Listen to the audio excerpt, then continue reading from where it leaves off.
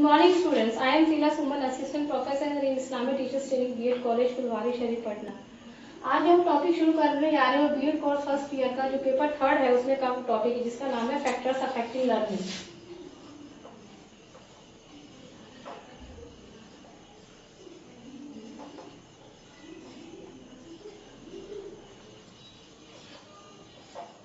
Factor affecting learning means वह कारक जो अधिगम को प्रभावित करते हैं। ये हम फैक्टर्स को पढ़ने से पहले लर्निंग के बारे में थोड़ा सा इंट्रोडक्शन इसका जान लें, आखिर लर्निंग क्या है। लर्निंग क्या है? लर्निंग को क्या कहते हैं? Learning is a change in behaviour towards maturity, चाहे वो एक्सपीरियंस के दौरान हो, ट्रेनिंग के दौरान हो, नॉलेज, एटीट्यूड एक्सेट्रा बहुत सी चीजों के दौरान हो। मीन्स व्यवहार में जो परिवर्तन आता है परिपक्वता की बढ़ते हुए वही हमारा क्या कहलाता है? अधिगम। ऐसे इसमें अधिगम को बहुत सारे वेरियस साइकोलॉजिस्ट ने अपने अपने तरीके से डिफाइन किया है। मेन एम तो एक ही होता है लेकिन सब साइकोलॉजी अपने अपने तरीके में कुछ उसमें एडिशन कर देता है। जैसे कि लेड जॉन सिम्पसन ने क्या इसके बारे में कि अधिगम वह जो व्यवहार में परिवर्तन आता है लेकिन जो एक्सपीरियंस के दौरान हो और उसके फलस्वरूप वो वेरियस जो उसके सामने जो प्रॉब्लम्स आते हैं उसको फेस करता है। और इसमें और भी एक साइकोलॉजिस्ट वजह से ये जो है गेट्स ने कहा था कि व्यवहार में जो कोई भी परिवर्तन जो एक्सपीरियंस प्लस ट्रेनिंग दोनों के दौरान जो आता है वो हमारा क्या कहलाता है? अधिगम कहलाता है। जैसे कि क्रो ने ये भी कहा कि व्यवहार में जो भी परिवर्तन आता है चाहे नॉलेज हो, एटीट्यूड हो, हैबिट्स, उसके दौरान जो आता है परिवर्तन वो क्या कहलाता है? अधिगम। मीन्स अलग अलग साइकोलॉजी ने लर्निंग को अलग अलग तरीके से डिफाइन किया। जहाँ तक हम बात करते हैं इसकी नेचर की और कैरेक्टर की, तो नेचर और कैरेक्टर में हम ये कह सकते हैं कि ये एक लाइफ लॉन्ग प्रोसेस है, ये एक्टिव प्रोसेस है, जीवन पर्यंत चलने वाली लाइफ टाइम प्रोसेस है, एक्टिव प्रोसेस, डेवलपमेंटल प्रोसेस है, पर्पसफुल प्रोसेस भी है, ये यूनिवर्सल है, मतलब ये सार्वभौमिक हमेशा चलती है। और ये मतलब सीखना क्या है व्यक्ति की क्रियाशीलता पर निर्भर करता है। ये एक मतलब अनुभवों का संगठन है, एक तरह का खोज भी है। मतलब बहुत सारी चीजें हैं। नेचर एंड कैरेक्टर की बात करें जैसे कि एक एग्जाम्पल से हम समझते हैं कि जैसे एक बच्चा छोटा जब पैदा होता है, नवजात शिशु जो होता है, जब वो छोटा होता है असहाय होता है, वो दूसरे पर डिपेंड होता है, लेकिन इन फ्यूचर जो बढ़ते जाता है तो उसके व्यवहार में जो परिवर्तन आता है वही उसका क्या कहलाता है? अधिगम। तो हम बात करते हैं इसके फैक्टर्स की कि कौन कौन से कारक है जो अधिगम को प्रभावित करते हैं। इन जनरल हम जान लेते हैं कि जो लर्निंग है, लर्निंग एक ऐसी शैक्षिक प्रक्रिया है, मीन्स एजुकेशनल प्रोसेस है, किसी भी संदर्भ में 4 तत्वों पर 4 फैक्टर्स पे डिपेंड करते हैं। जैसे पहला हो गया इसमें खुद लर्नर अधिगम करता है, मीन्स वह अधिगम करता है जिसके व्यवहार में परिवर्तन लाया जाता है। ऑलरेडी हम मेंशन कर चुके हैं, वह परिवर्तन चाहे एक्सपीरियंस के दौरान हो, ट्रेनिंग के दौरान हो, चाहे वो एटीट्यूड, हैबिट, नॉलेज एक्सेट्रा बहुत सी चीजों के द्वारा होती है। फिर जो इसमें व्यवहार में जैसे परिवर्तन इसमें आगे दूसरा आपका आ गया टीचर जो कि परिवर्तन लाता है। फिर इसमें हो गया कंटेंट, यानी जो लर्निंग एक्सपीरियंस बच्चों को दिए जाते हैं, मीन्स वह लर्निंग एक्सपीरियंस जिसके द्वारा उस अधिगमकर्ता में परिवर्तन लाया जाए। फोर्थ वन हमारा लास्ट है इसका प्रोसेस, मीन्स प्रोसेस वो चीज है जो कि तीनों चीजों को एकदम सिस्टमेटिक वे में चलाती है। तो हम सबसे पहले हम ये फैक्टर लेंगे इसमें। पहला स्टूडेंट रिलेटेड फैक्टर,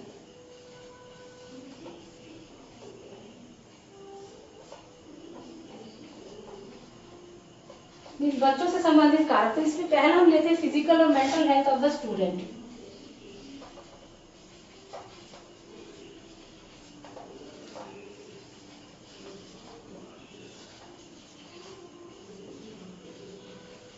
मीन्स कहने का है कि फिजिकल और मेंटल हेल्थ मतलब उस बच्चे का मानसिक और शारीरिक स्वास्थ्य। जब बच्चा मेंटली और फिजिकली रूप में फिट रहेगा तो वो अपने अधिगम में एकदम सक्सेस पाएगा, लर्निंग प्रोसेस उसकी सही चलेगी। लेकिन इसके विपरीत अगर हम अनफिट की बात करके कोई बच्चा अस्वस्थ है तो वो अपने अधिगम को पूर्ण रूप से नहीं निभा पाएगा, मीन्स वो सक्षम नहीं होगा उसके लिए। सेकंड हम लेते हैं इसमें, फर्स्ट हमारा फिजिकल और मेंटल है, सेकंड हम लेंगे विल कह लीजिए या फिर रेडीनेस टू लर्न। मतलब उस बच्चे के लिए कह रहे हैं, स्टूडेंट रेट फैक्टर चल रहा है, बच्चे के लिए कह रहे हैं उसकी जो भी कुछ वो सीख रहा है एक्सवाइजेड उसको सीखने की उसकी इच्छा या फिर उसकी तत्परता। मीन्स चाहे बच्चा वो स्वस्थ भी है, मान जो पहला वाला पॉइंट चला स्वस्थ भी, लेकिन वो अगर सीखने के लिए तैयार ही नहीं है तो स्वस्थ होते हुए भी नहीं सीख पाएगा। मीन्स उसमें इच्छा जागनी चाहिए, अभिलाषा, क्यूरियोसिटी होनी चाहिए, रुचि, उसके बाद भी वो मोटिवेट होगा बच्चा पढ़ने के लिए। थर्ड वाले में हम लेते हैं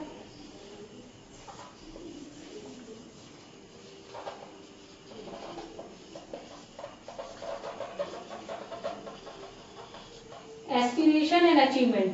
कहने का मतलब जो महत्वाकांक्षा होती है उपलब्धि। कहने का मतलब यहाँ पे कि जो भी बच्चा है उसकी जितनी योग्यता है उसके अकॉर्डिंग ही वो किसी चीज की महत्वाकांक्षा रखे या उपलब्धि रखे, मतलब ना सामर्थ्य से अधिक ना कम, क्योंकि इससे अधिक या कम भी होगा तो निराशाजनक ही होता है। मीन्स उसके जितनी उसकी योग्यता है, क्षमता है, उसके अकॉर्डिंग ही उसको उपलब्धि हासिल करनी है, महत्वाकांक्षा के अकॉर्डिंग। इसके बाद आप चौथा देखिए इंटेलिजेंस। इंटेलिजेंस मीन्स बुद्धि, मतलब सीखने में बहुत हद तक बुद्धि एक इंपॉर्टेंट रोल प्ले करता है। जैसे कि इससे बहुत से रिलेटेड फैक्टर है, जैसे कह लीजिए कॉन्सेप्ट है, उसका थिंकिंग आर्गूमेंट हो गया, और या डिसीजन पावर, तो ये सारे जो है इस इंटेलिजेंस से रिलेटेड फैक्टर है जो कि बच्चे को सीखने में सहायता करते हैं। पांचवा आ गया हमारा गोल ऑफ लाइफ, मीन्स उद्देश्य, जीवन का उद्देश्य। या हम ये कह सकते हैं कि जो भी बच्चा अधिगम कर रहा है कुछ ना कुछ जीवन का उद्देश्य होता है, लेकिन इसके विपरीत हम ये कह सकते हैं कि उद्देश्यहीन जो व्यक्ति होता है, जिसका कोई जीवन का उद्देश्य नहीं, ऐसे पढ़े जा रहा है, तो वो उसको हम एक तरह से कंपेयर कर सकते हैं कि वो उस पतवार नौका के समान है, जो कि उस समुद्र के जो आती है एकदम लहरें जो उठती है उसमें वो मतलब डगमगा जाता है एक तरफ उस लहरों से। कहने का मतलब पतवारहीन नौका के समान। क्यों कहा गया पतवारहीन नौका? मीन्स नौका तो बच्चे को कहा गया, और पतवार जो चलाता है उसको, मीन्स पतवार हो गया आपका उद्देश्य से रिलेटेड हो गया।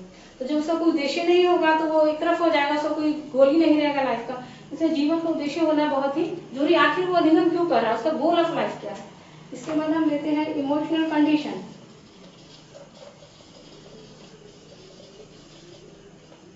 इमोशनल कंडीशन मीन्स हो गया उसका संवेगात्मक उसकी परिस्थिति। मीन्स जो बच्चा इमोशनल रूप में स्वस्थ होगा वो लर्निंग टीचिंग प्रोसेस में सक्सेस, मीन्स वो जल्दी सीखेगा, वो सीखेगा। लेकिन इसके विपरीत हम कह सकते हैं, जैसे कोई एग्रेसिव नेचर का बच्चा होता है, या फिर कोई अटकलबाजी ऐसे ही डींगे हाथ तक कुछ भी बोल दिया, जो मतलब इसका कोई मतलब बेसी नहीं है, क्या उसका मीनिंग है, मतलब कोई मीनिंगलेस बोल दिया शब्द, या फिर जो कि दुखी है, तो वो बच्चा जल्दी नहीं सीख सकता है।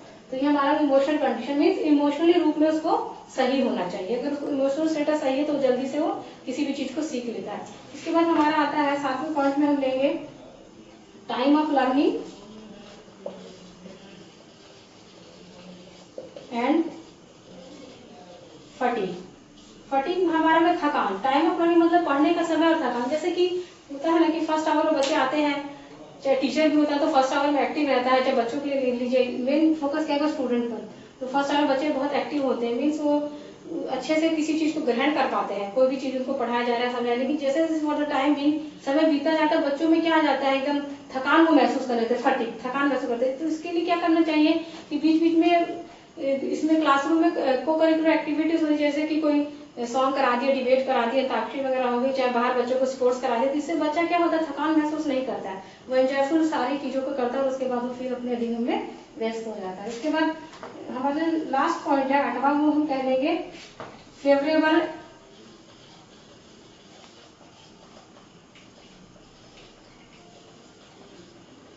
मतलब फेवरेबल एटमॉस्फेयर ऑफ लर्निंग। कहने का मतलब है कि उस अधिगम के लिए एक अनुकूल वातावरण। तो इस अनुकूल वातावरण में हमारा एक्सटर्नल एनवायरनमेंट, बोथ एनवायरनमेंट आएगा, एक्सटर्नल प्लस इनर, मतलब अंदर का और बाहर का। तो मतलब कहने का जैसे एक्सटर्नल एनवायरनमेंट की जब बात करते हैं तो एक्सटर्नल एनवायरनमेंट जैसे कि शोर शराबा वाला जगह नहीं होना चाहिए। जैसे क्लासरूम चल रहा है, यहाँ टीचर पढ़ा रहा है, बाहर मतलब कुछ इलीगल चाहे कुछ भी आवाज ऐसे आ रही जो बच्चों को डिस्टर्ब हो रहा है। फिर इनर की जब हम बात करते हैं तो इनर एनवायरनमेंट में फैसिलिटीज भी आती है कि हाँ सही तरीके से सब लाइट वगैरह, ये है नहीं कि बच्चों के बैठने के चेयर बेंच है कि नहीं। और फिर अंदर का एनवायरनमेंट ऐसा होना चाहिए जो एक दूसरे से बच्चों को कोऑपरेटिव नेचर का होना चाहिए, मीन्स आपस में सहयोग करना चाहिए, उनको सहानुभूति होनी चाहिए, नहीं कि कोई एक दूसरे के प्रति जेलसी फील करे। तो ये भी एक इंपॉर्टेंट फैक्टर इसमें रोल प्ले करता है। ये हमारा खत्म हुआ आज का इसमें का स्टूडेंट रिलेटेड फैक्टर। अब हम चलते हैं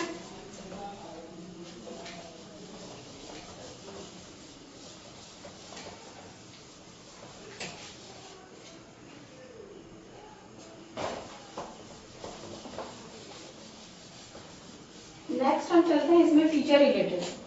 पहला हमारा कवर हो गया स्टूडेंट रिलेटिव, नेक्स्ट चलते हैं टीचर रिलेटिव।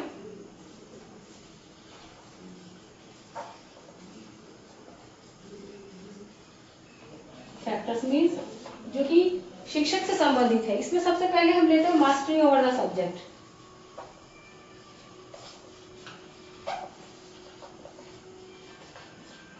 कहने का मतलब मास्टरी, मास्टरी मतलब क्या, महारत जिसको हासिल होती है। मास्टरी मतलब सब्जेक्ट मीन्स जो भी शिक्षक अपना जो भी XYZ सब्जेक्ट है उसका जो भी टीच कर रहा है उसमें उसकी मतलब उसमें पूर्ण अधिकार, मीन्स उसका कमांड होना चाहिए भाषा पर पूर्ण अधिकार। अगर किसी भी शिक्षक का उसकी भाषा पर पूर्ण अधिकार होगा तभी वह अपने लर्निंग टीचिंग प्रोसेस में सक्सेस मीन्स जब उसको पूर्ण अधिकार होगा तो सेल्फ कॉन्फिडेंट होगा, अगर सेल्फ कॉन्फिडेंट होगा तो विदाउट हेजिटेशन बच्चे को टीच कर पाएगा। इसमें दूसरा पॉइंट हम लेते हैं art and skill. Means art and skill of किसका, टीचर का, मतलब उस शिक्षक की जो कला और कौशल है, मतलब उसका जो भी कंटेंट है, जो भी चीज वो पढ़ा रहा है तो उसमें कितना वो सिस्टमाइज्ड है, सिस्टमेटिक वे में पढ़ाना। ऐसा नहीं कि आया एकदम खड़ा होकर रीडिंग लगाते हैं, जो कोई भी एक्टिविटीज मतलब इस तरह से पढ़ाए जो बच्चों को भी उसमें इंटरेस्ट आए। तो वो एक पढ़ाने में भी एक कला होनी चाहिए कि किस तरह बच्चों को सिस्टमेटिक वे में पढ़ा रहा है जो बच्चे उस नॉलेज को एक्वायर कर पा रहे हैं शिक्षक के द्वारा। तीसरा इसमें भी ये वाला जैसे हमने स्टूडेंट वाले में लिया था factor will to teach. Mean जैसे हमने कहा था कि विल टू लर्न मतलब जब सीखने की इच्छा होगी तभी तो सीखेगा, लेकिन ये एक अपोजिट में ये है कि विल टू टीच मतलब जब किसी भी शिक्षक को पढ़ाने की इच्छा होगी, आखिर उसको पूर्ण ज्ञान है, भाषा का भी कमांड है, सब कुछ, लेकिन जब वो उस चीज को बाहर निकाल ही नहीं पाएगा, मतलब एक्सप्रेस ही नहीं कर पाएगा बच्चों के सामने कि आखिर उसमें कितना नॉलेज है अच्छे से, तो उसको एक पढ़ाने की इच्छा भी होनी चाहिए, मतलब रेडीनेस तत्परता कि हम इस बच्चे को सब ज्ञान दें। इसमें आता है फोर्थ हमारा पर्सनैलिटी एंड बिहेवियर। मतलब बहुत हद तक क्या है, जैसे कि व्यक्तित्व और व्यवहार, बहुत हद तक जो शिक्षक का जो व्यवहार और व्यक्तित्व होता है बच्चे को बहुत प्रभावित करता है। जैसा कि शिक्षक का व्यक्तित्व होगा या बिहेवियर होगा उसी के अनुकूल बच्चे उसका अनुगमन करेंगे। नेक्स्ट आते हैं हम टीचिंग मेथड्स।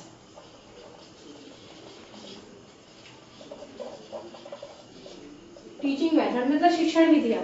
कहने का मतलब कि जहाँ पर क्लासरूम में मोर देन 1 स्टूडेंट्स होते हैं वहाँ की बात हो रही है कि सबका तरीका अलग अलग होता है सीखने का। तो मेन बात है कि मतलब जितने टीचिंग मेथड्स अफेक्टिंग होंगे, साइंटिफिक होंगे, उतना ही हमारी लर्निंग टीचिंग प्रोसेस सक्सेसफुल होगी। जैसे कि हम इसमें बता सकते हैं कि टीचिंग मेथड्स में एग्जाम्पल के तौर पर जैसे कि लर्निंग करके सीखना, लर्निंग बाय डूइंग हो गया, चाहे लर्निंग बाय एक्सपेरिमेंट हो गया, एक्सपेरिमेंट के दौरान, चाहे लर्निंग बाय ऑब्जर्वेशन निरीक्षण के द्वारा अपने द्वारा जो निरीक्षण करते हैं, चाहे प्ले वे मेथड, बहुत सारे ऐसे हैं मेथड जिसके द्वारा बच्चे को हम सिखा सकते हैं। आगे चलते हैं इसमें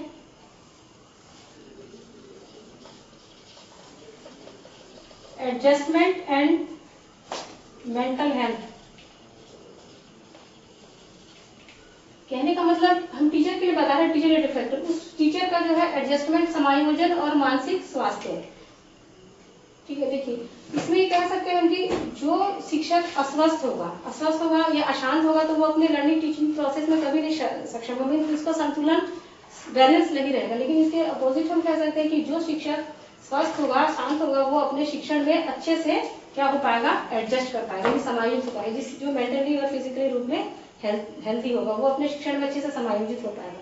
इसके बाद हम लास्ट वाला पॉइंट लेते हैं डिसिप्लिन।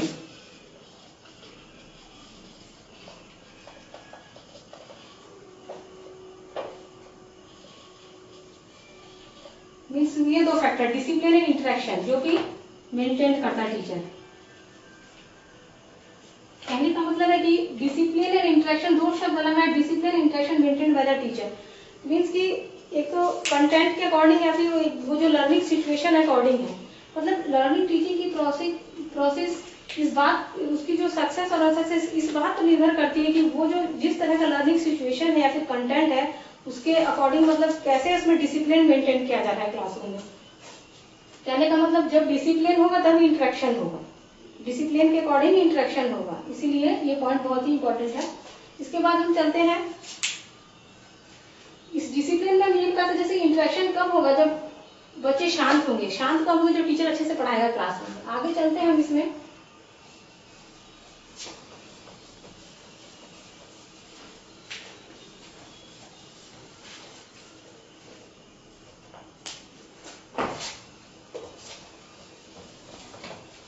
तीसरा हमारा आता है इसमें content related. Third one factor आगे हमारा कंटेंट। कंटेंट को हम टास्क भी बोल सकते हैं। इसमें क्या है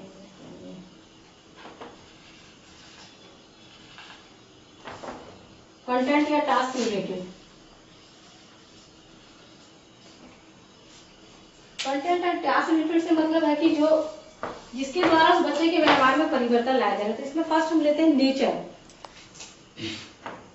पहला लेते हैं nature, means nature of the content, means उस जो पढ़ाने का जो कंटेंट है उसका आखिर नेचर कैसा है।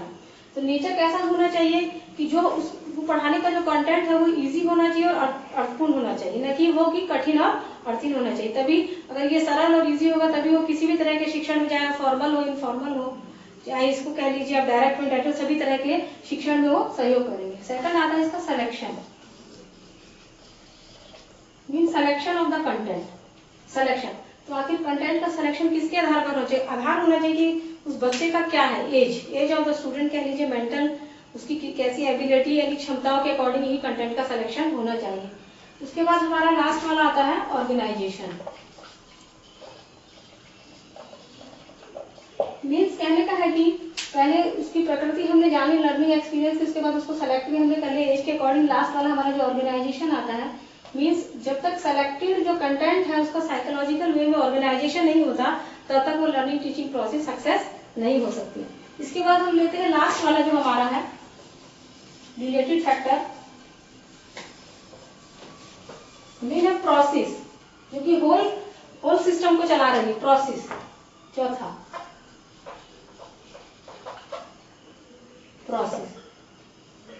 प्रोसेस में आता है पहला हमारा मेथोडोलॉजी,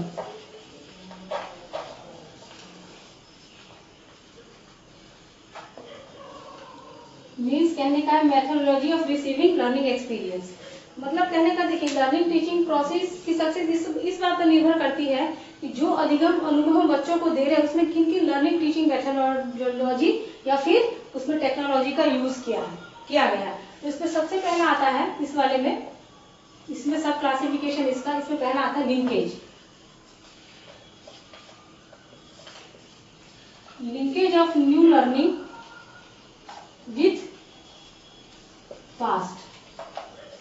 कहने का मतलब है कि ऐसे साइकोलॉजिकल मेथड्स का यूज किया जाए, टेक्निक्स का यूज किया जाए जो कि संबंधित जो भी चीज पढ़ाया जा रहा है उसमें वो इजीली हमारे लिए आसानी से हो। मतलब जो भी हम अभी प्रेजेंट में पढ़ रहे हो, पहले जो हमारा पढ़ा हो हमारे अभी प्रेजेंट में पढ़ने में उसका क्या किया जाए काम, जो भी हमने नॉलेज स्किल एक्वायर्ड किया जो पास्ट में। इसमें दूसरा आता है आपका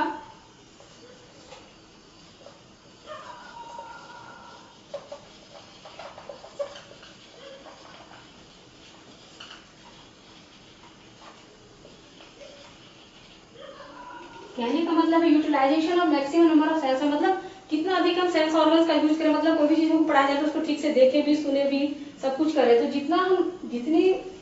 जितना ज्यादा साइंस ऑर्गन का यूज होगा हमारी लर्निंग टीचिंग प्रोसेस उतनी ही सक्सेस। तीसरा आता है हमारा provision of practice and revision work. मतलब प्रैक्टिस और रिवीजन वर्क मीन्स जो कि हमको साइकोलॉजिकल मेथड्स के द्वारा पढ़ा जाए उसके बाद हमारे को रिवाइज करा जाए। जैसे हमने क्लासरूम में कुछ ही पढ़ा तो हम उसको क्या करें, घर जाके रिवाइज करें। मतलब ये तरीका है कि वो हमको बहुत अच्छे से याद हो जाएगा। अगर उसको नहीं रिवाइज करें तो ध्यान में नहीं रहेगा वो। इसके बाद आता है हमारा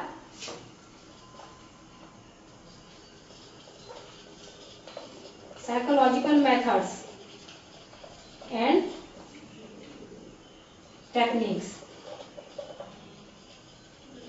टेक्निक्स ऑफ लर्निंग। तो यानी कि मतलब इस लर्निंग टीचिंग प्रोसेस में कौन कौन से साइकोलॉजिकल मेथड्स का यूज करें जिससे कि मतलब उस कंटेंट और लर्निंग वैसे ही कंटेंट और लर्निंग सिचुएशन के अकॉर्डिंग किस किस हम इसका साइकोलॉजिकल मेथड्स का यूज करें जिसके द्वारा कि हमारी लर्निंग टीचिंग प्रोसेस सक्सेस हो। जैसे कि बहुत सारे साइकोलॉजिकल मेथड, डायग्नोस्टिक टेस्ट हो गया, आपका अचीवमेंट टेस्ट हो गया, पर्सनैलिटी टेस्ट हो गया, इसके बाद एटीट्यूड, एप्टीट्यूड एक्सेट्रा, बहुत सारे ऐसे टेस्ट है। मीन्स कौन सी लर्निंग सिचुएशन और कंटेंट के अकॉर्डिंग हम कौन सा साइकोलॉजिकल मेथड यूज करें जिससे कि वो लर्निंग टीचिंग प्रोसेस सक्सेस हो। इसके बाद हमारा आता है एक पॉइंट है जैसे कि feedback, provision of feedback and reinforcement. कहने का मतलब है feedback and reinforcement.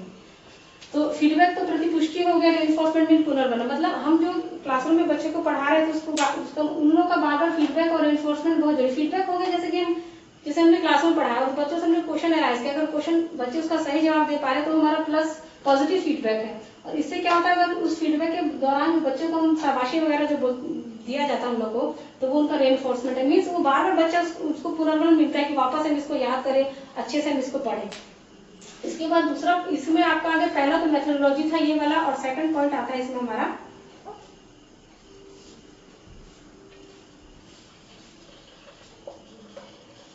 Learning teaching environment and resources. ये वाला लर्निंग टीचिंग एनवायरमेंट में इसमें पहला हम देंगे इसके अंदर सोशियो, कैसा होना चाहिए, सोशियो इमोशनल एनवायरमेंट, शॉर्ट में लिखते हैं एनवायरमेंट। सोशियो इमोशनल मीन्स हो गया सामाजिक संवेगात्मक वातावरण, मीन्स वैसा वातावरण होना चाहिए जहां पर कि ये टीचर और स्टूडेंट का रिलेशनशिप जो होता है पॉजिटिव होना चाहिए, मतलब फ्रेंडली रिलेशनशिप होना चाहिए। जैसे कि हमने जो एडम्स ने बायपोलर प्रोसेस दिया था उसमें टीचर और स्टूडेंट 2 पोल पे बताया था कि एक तो टीचर होता है एक तो स्टूडेंट, दोनों का क्या होता है, दोनों एक दूसरे के सहयोग के बिना अपने उद्देश्य को नहीं प्राप्त कर सकते। मीन्स टीचर को स्टूडेंट का, स्टूडेंट को टीचर का क्या नॉलेज प्लस लेवल दोनों पता होना चाहिए। यानी कि जैसे कि टीचर का ये पढ़ाता तो पढ़ता है, ये पथ प्रदर्शन है तो ये अनुगमन करता है, मीन्स दोनों का रिलेशन पॉजिटिव होना चाहिए, कोऑपरेटिव नेचर होना चाहिए, पॉजिटिव होना चाहिए। इसमें दूसरा आता है हमारा